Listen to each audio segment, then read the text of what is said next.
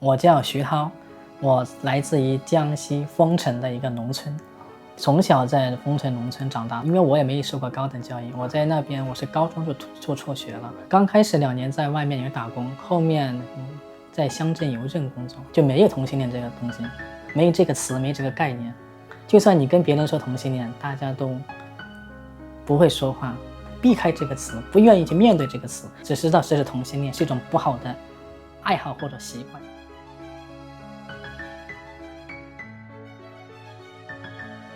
我是95年的，我觉得我在小学里面，在学校时候看到一些好看的男孩子，就不经自主的会去看他们。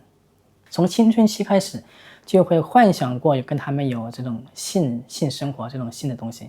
直到我17岁的那一年接触到网络之后，我才意识到同性恋3个词。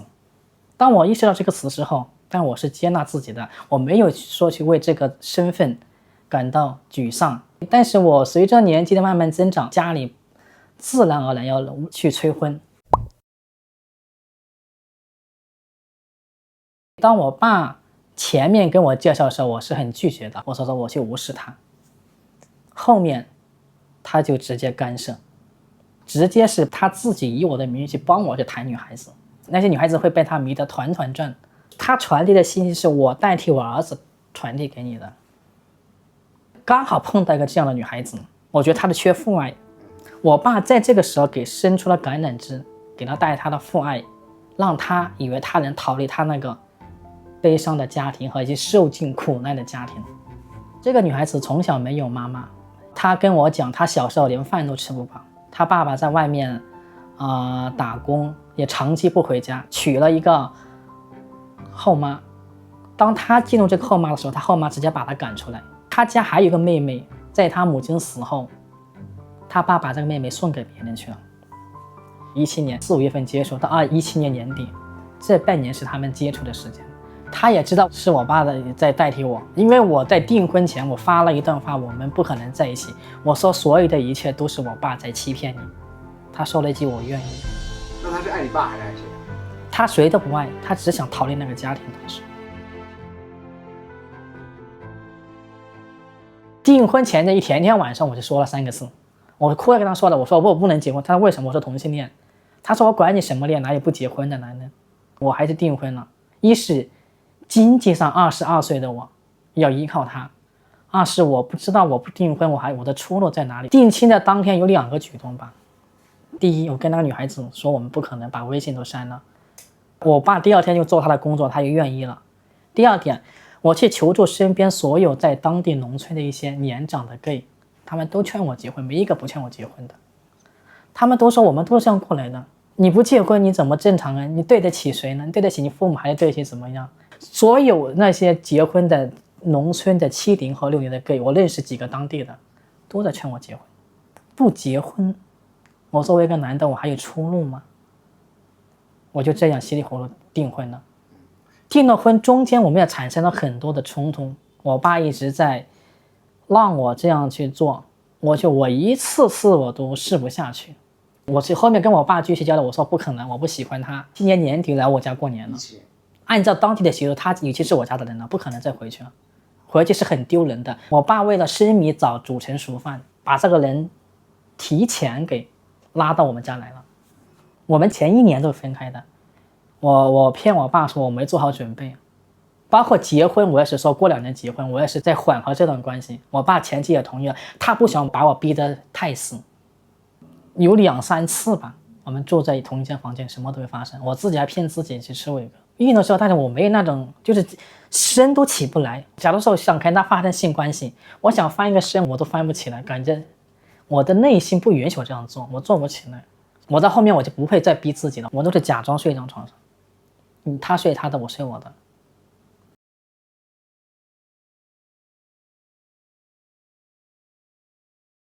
从18年到23年嫁出去5年，前期我在亲友会做志愿者，然后接触了大家，我也接触了很多的认知程度很高的人。我每一次里面的视频文章我都发给我爸看，我每发一次他跟我吵一次，我每发一次他跟我吵死。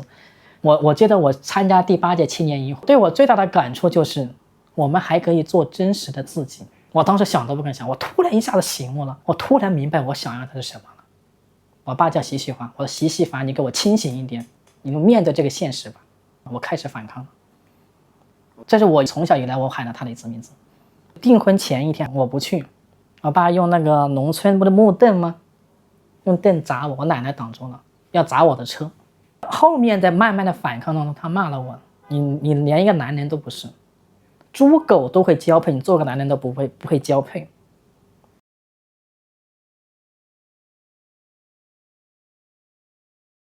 他长期也活在一种很压抑当中，很痛苦当中，太缺乏独立跟自主，他一个人无法去外面工作。我们家跟他是已经退了一次婚，在21年的时候退了一次婚，退了婚之后他又被家人赶出来了，赶出来他一个人去外面生存又成了问题。后面他又回到我家了，他没地方可去了。我爸还不死心，他还想通过方式来挽救。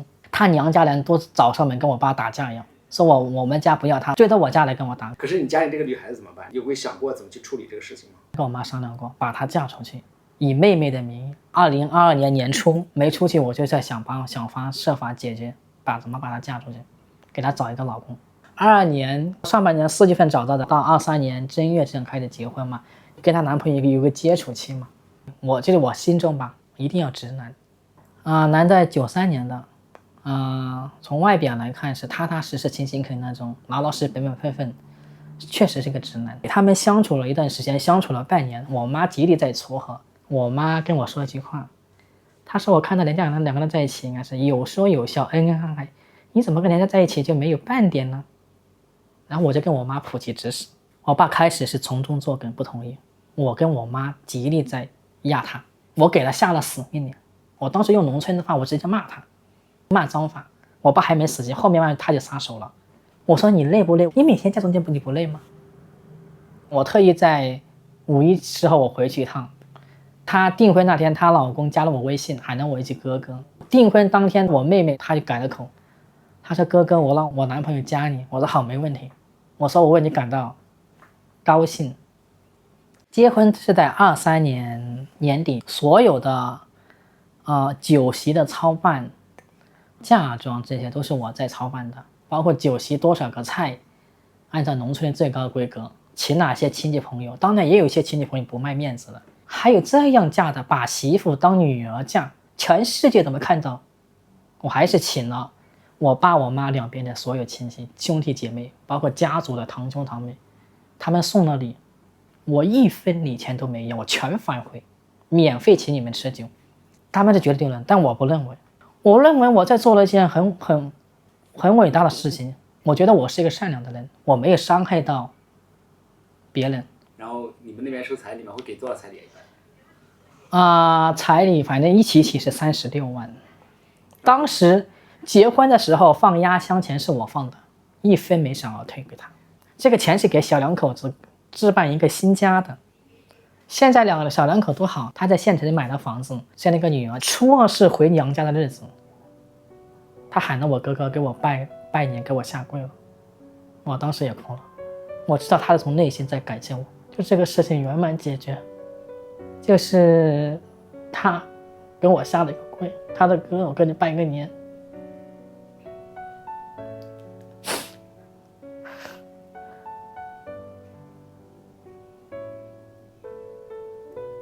我们现在走动的很频繁，基本上他有什么委屈就会来跟我爸讲，跟我妈讲，3天2头会来我家，把他当亲女儿一样。他只要受了委屈，我爸我妈就给他撑腰。